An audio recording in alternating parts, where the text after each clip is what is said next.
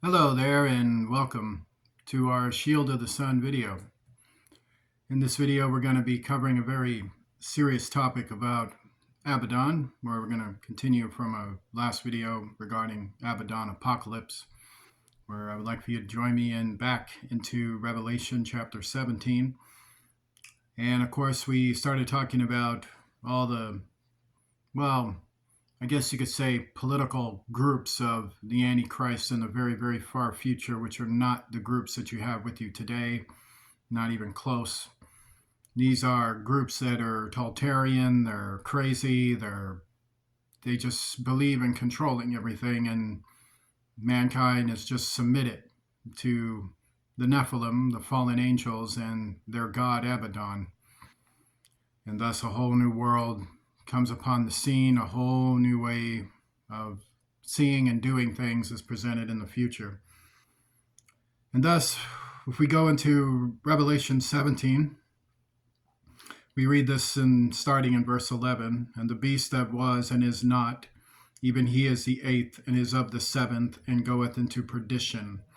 So this is to say that eventually the Antichrist gets rid of all the political parties and whatever kind of crazy system he's got over there.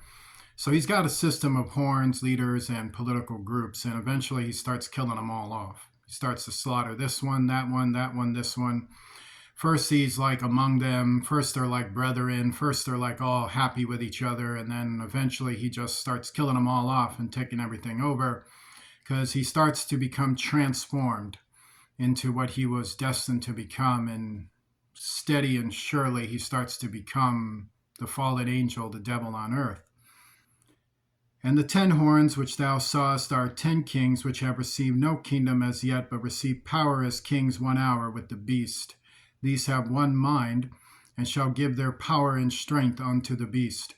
This is confirming what I'm saying, is that there was a power regime that rose up with him, and they went through different stages of power till it came down to this point where he just killed all his friends. And then he had this other group of, stooges that he wanted to initialize with. So that's what he does. And when that's all said and done, the Antichrist is the one primary emperor of the world, and all other persons are subservient to the power of one individual, not the power of democracy or the power of government and order. And you got a mayor, you got a president, you got a premier, you got a prime minister. There's none of that. There's absolutely none of that. There's just him, and he's got the fourth part of the world, and the rest of the world is in grip of catalysms. These shall make war with the Lamb, and the Lamb shall overcome them. So the thing about the Antichrist's government is that he particularly engages in supernatural activities to affect Christianity in the future, to affect the truth, to affect what is called the way from the beginning. He specifically wants to kill Christians. He specifically wants to kill people that have a faith in God. Now, he does want to kill everybody, don't get me wrong, but he specifically wants to kill them the most. They're like public enemy number one to him.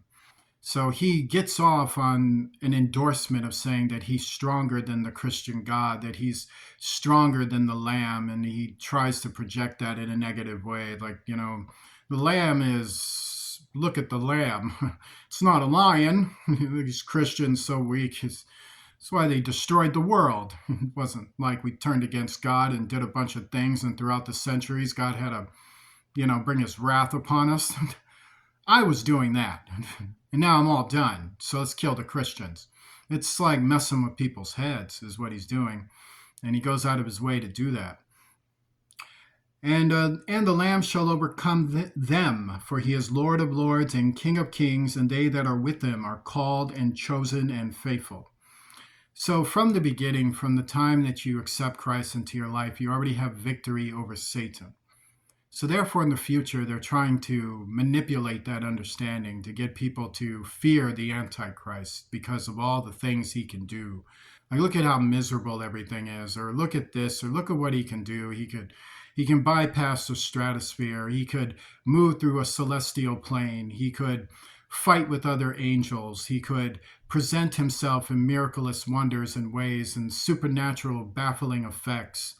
He could literally grab an angel and pick him up and sit him down and things like that. Of course, they're not showing the whole truth of why he has such power, what that power is all about, and what are the limits of that power and why he has it in the first place.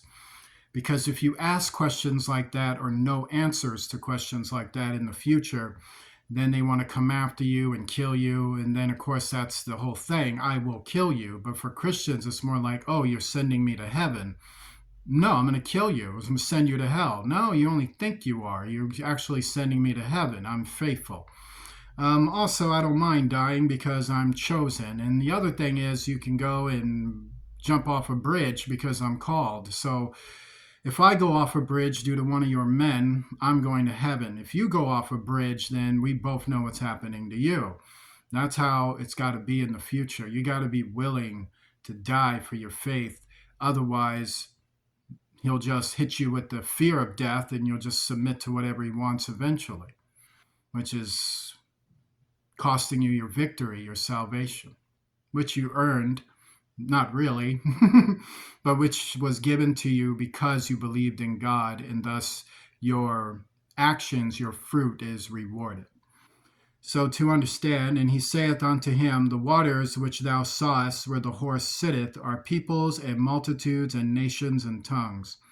So once again, the Antichrist is that spirit. It is this feminine fallen angel that has taken over the world, and it's got all the cultures and the nations and the multitudes and the peoples all under his grip. And thus, that's something within his own kingdom to understand. So in the Antichrist kingdom, he endorses this togetherness thing. Now, there's nothing wrong with togetherness. There's nothing wrong with loving your neighbors, loving other nations, people coming together, having picnics, having walks, having marriages. There's nothing wrong with that. The matter with the Antichrist is that you have to be what he wants you to be. So if you have a nation and a language, he wants you to submit your arts to him and submit everything you are to him. If you got like heritage and tradition, he doesn't care. It's just more like, what's that again? I know a better way you can speak English. Spanish, I know a better way for that one. And I know a better way for culinary arts. Is this actual Chinese food? No, this is. It's like, is that American food? No. This is American food. Like you're just changing things, and you got to submit to that. So you can't really be you. If someone goes and foolishly follows the Antichrist, you got to be whatever he tells you you are. And the 10 horns which thou sawest upon the beast, these shall hate the whore. And shall make her desolate and naked, and shall eat her flesh and burn her with fire. So there will be supernatural warriors and armies and events that will happen against the Antichrist. Make no mistake, it's not like he's just going to sit around and have some fun and it's just going to be like that. No, he's going to experience defeats. He's going to experience battles, rather in the seen celestial plane or the unseen celestial plane. He's going to be fighting interdimensionally. He's going to be fighting intergalactic. It's going to be a bunch of stuff going on.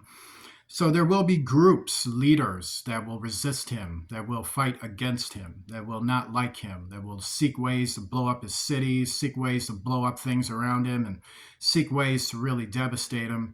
And thus there will be people doing that. And of course, there'll be the ones with faith. And they will hate the Antichrist. They will hate Abaddon. Can't stand him, just want to go after him. So that is what you see in the future. It is a war-torn society where all kinds of things have happened, and there are armies trying to maintain their sovereignty while there's this Antichrist trying to constantly take it away from them.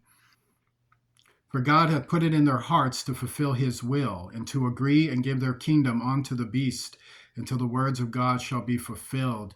So that is to understand that the Antichrist's kingdom at that time is considered the most powerful kingdom. So other nations do have a way, or are submitted in various ways, but they're fighting to maintain who they are. whereas the Antichrist has all the resources and the reins of that. So it's sort of a terrible situation of give and take with internal actions happening to try to keep what's yours, to prevent the little that's yours from being completely taken over, while they're trying to fight to take more from the Antichrist, is what you're seeing. And the woman which thou sawest is that great city which reigneth over the kings of the earth. So to understand, the Antichrist is actually also supernaturally connected to his empire. And this is obviously presented within Daniel when it talked about forecasting devices, vessels, inventions. So we can start to see that there is what you would call an artificial intelligence to him. So to understand, the Antichrist has technology where he's linked to his city.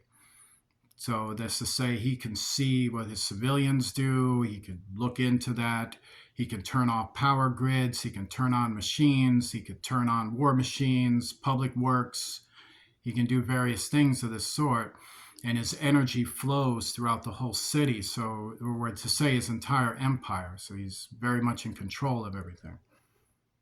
And then when we go into chapter 18, this is what we read. And after these things, I saw another angel come down from heaven, having great power, and the earth was lightened with his glory.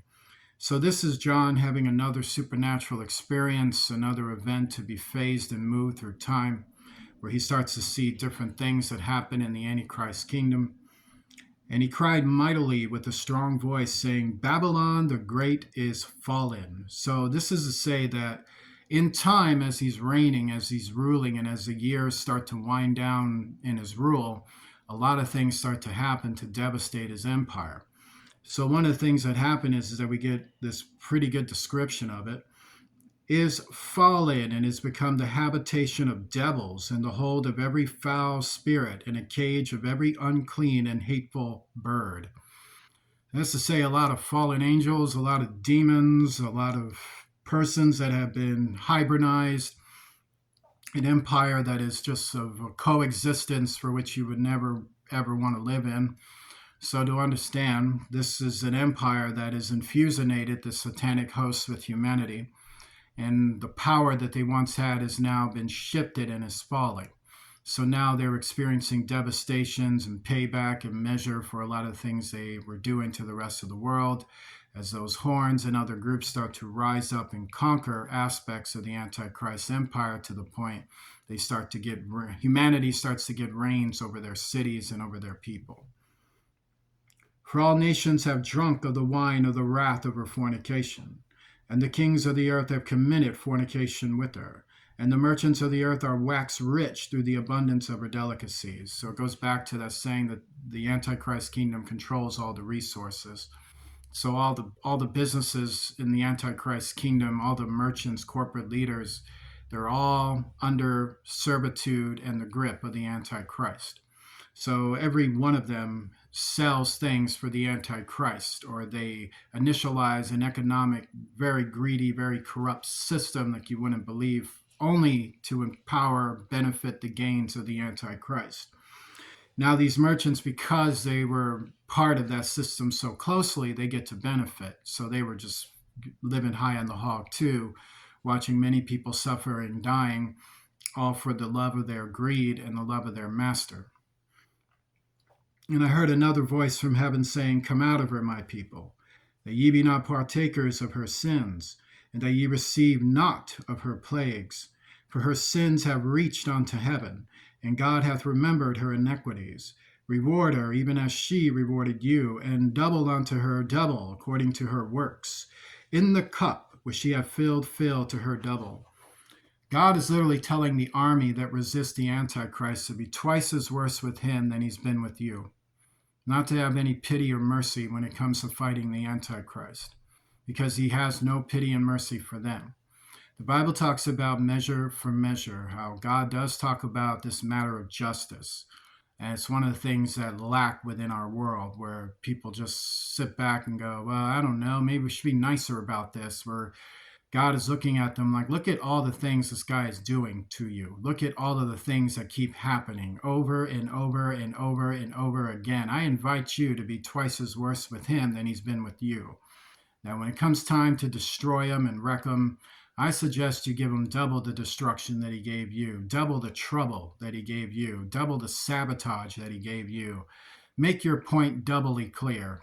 Just completely dominate him if you can.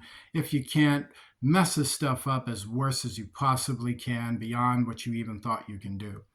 To give your all, like, they say give 100%. He's saying give 110%. Go all the way, because that's what it's going to take in order to combat that threat. And the kings of the earth who have committed fornication and lived deliciously. First off, verse 7, how much she hath glorified herself and lived deliciously. So much torment and sorrow give her, for she saith in her heart, I sit a queen and am no widow, and shall see no sorrow. That's why it's doubly worse. Someone might say, hey, this is a little extreme. You think that's extreme, to have to fight back for what's yours? Look at what this dude is doing. I sit a queen and am no widow. That's someone who doesn't care about you. It's like, I really take great pleasure in your death. When men, women, and children die, I see no sorrow. I see no problem with that at all. It's just your entire nations and heritage have been put to the flames by my weapons. I'm no widow. Didn't happen to me. I feel great. I got all my family here. Where's yours? Oh, not there? Well, it was because I sit a queen, so I don't care. That's why the double of the power is so important. Why it's important to really go after him in the future. Therefore shall her plagues come in one day, death and mourning and famine. And she shall be utterly burned with fire, for strong is the Lord God who judgeth her. So that is to say that these armies start to rise up and get more and more aggressive at the Antichrist, to the point that they start to monkey stomp a lot of what he does. Just really go at him. So what starts to happen is that the Antichrist goes for years and years and years, just getting the upper hand, just doing terrible things, until there comes a day where devastating hits him on days prescribed as the wrath of God upon him. So this will be part 2 for this video, and join me in part 3 soon. Please join me in a prayer. Lord Jesus Christ, I pray, Lord, to deliver us from the spirit and the effects of the Antichrist, and to cast down his legions, and deliver us all from evil and from all manner of suffering and pain, whether within or without. In Jesus Christ's name, for every nation on earth, I pray, Lord, for deliverance and blessings. Amen.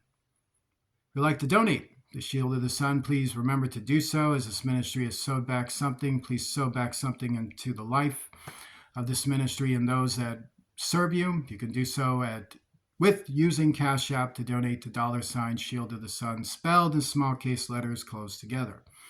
To look at the description in the description box below. I want to say thank you very much, and I will see you soon.